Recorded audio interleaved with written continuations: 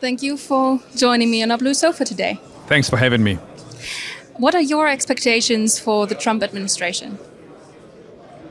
Well, that's not an easy question, okay? Let me put it this way. Here is the thing. What can I predict is that President-elect is unpredictable. And in order to figure out what's going to happen in the forthcoming future, we need to get a crystal ball, which I don't have. There are different case scenarios. But let me tell you the case scenario I believe in. Maybe one can say this is a wishful thinking, but that's the wish I would like to think about. So I believe that his pronounced policy that he actually declared that he wants to have the strong United States and America First policy envisaged that in this righteous fight, Ukraine has to prevail. Otherwise, if Ukraine fails, this would be a disaster for the US leadership position and personally for President-elect Trump. Because as Russia waged the war against Ukraine, it wasn't just Russia. Against the backdrop of this war, there is China, there is Iran, there is North Korea, and these countries, they already established a new axis of evil. And Russia's war against Ukraine is a type of proxy war that Russia launched, but dictatorship states and terrorist states, they believe that they are attacking not only Ukraine, but they are attacking the free world, the global order, and mainly the United States.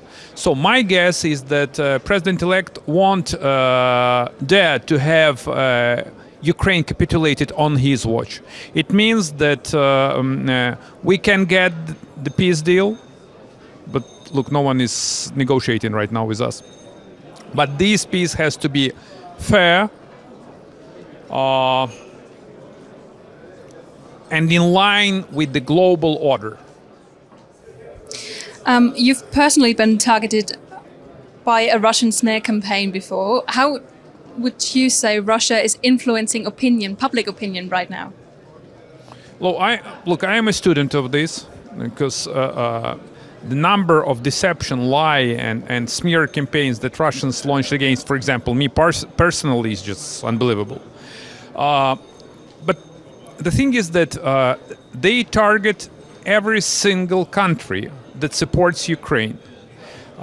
They want to invade into your hearts and minds. They want to undermine your political system. I mean, your as a German political system. They support anti-German political parties because those who are supporting Russia's war against Ukraine, they are anti-German because this war affects you personally too. This undermines your prosperity. This undermines your security and your future.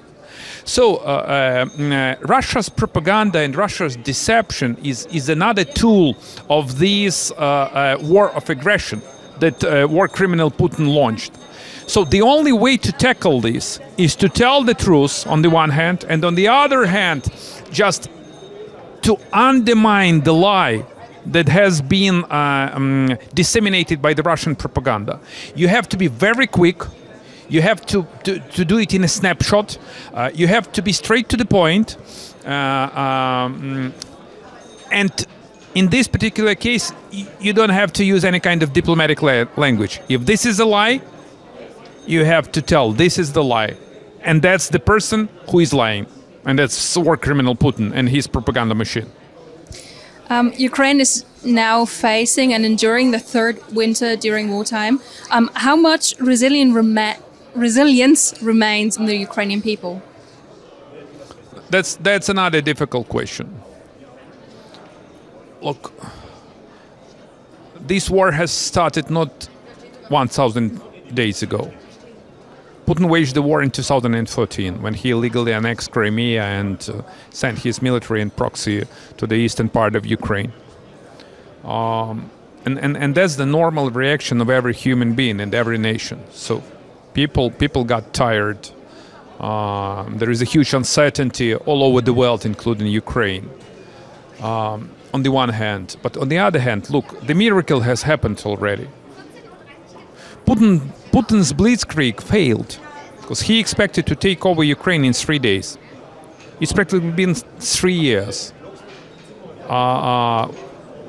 And Ukraine and Ukrainian military and the heroic men and women in the uniform, they are defending their country, and Ukrainian people do understand that the only way we have is to prevail in this war, as this is the war of attrition on the one hand, and on the other hand, Putin wants actually to annihilate Ukrainian state and Ukrainian nation. So we managed to survive 2 consecutive winters. I believe that we will manage to survive the 3rd consecutive winter. But what is needed? Air defense systems on the one hand, and on the other hand, we need an additional air power. And that's the reason why I was very vocal today, asking this or the next German government to supply Taurus missiles to Ukraine in order, on the one hand, to deter Russians, on the other hand, to hit the legitimate military Russian targets, as Russia pummeling Ukraine with hundreds of missiles. So we need to get an appropriate ammo in our hands. Thank you so much for taking the time. Thank you. Thanks for having me. Take care.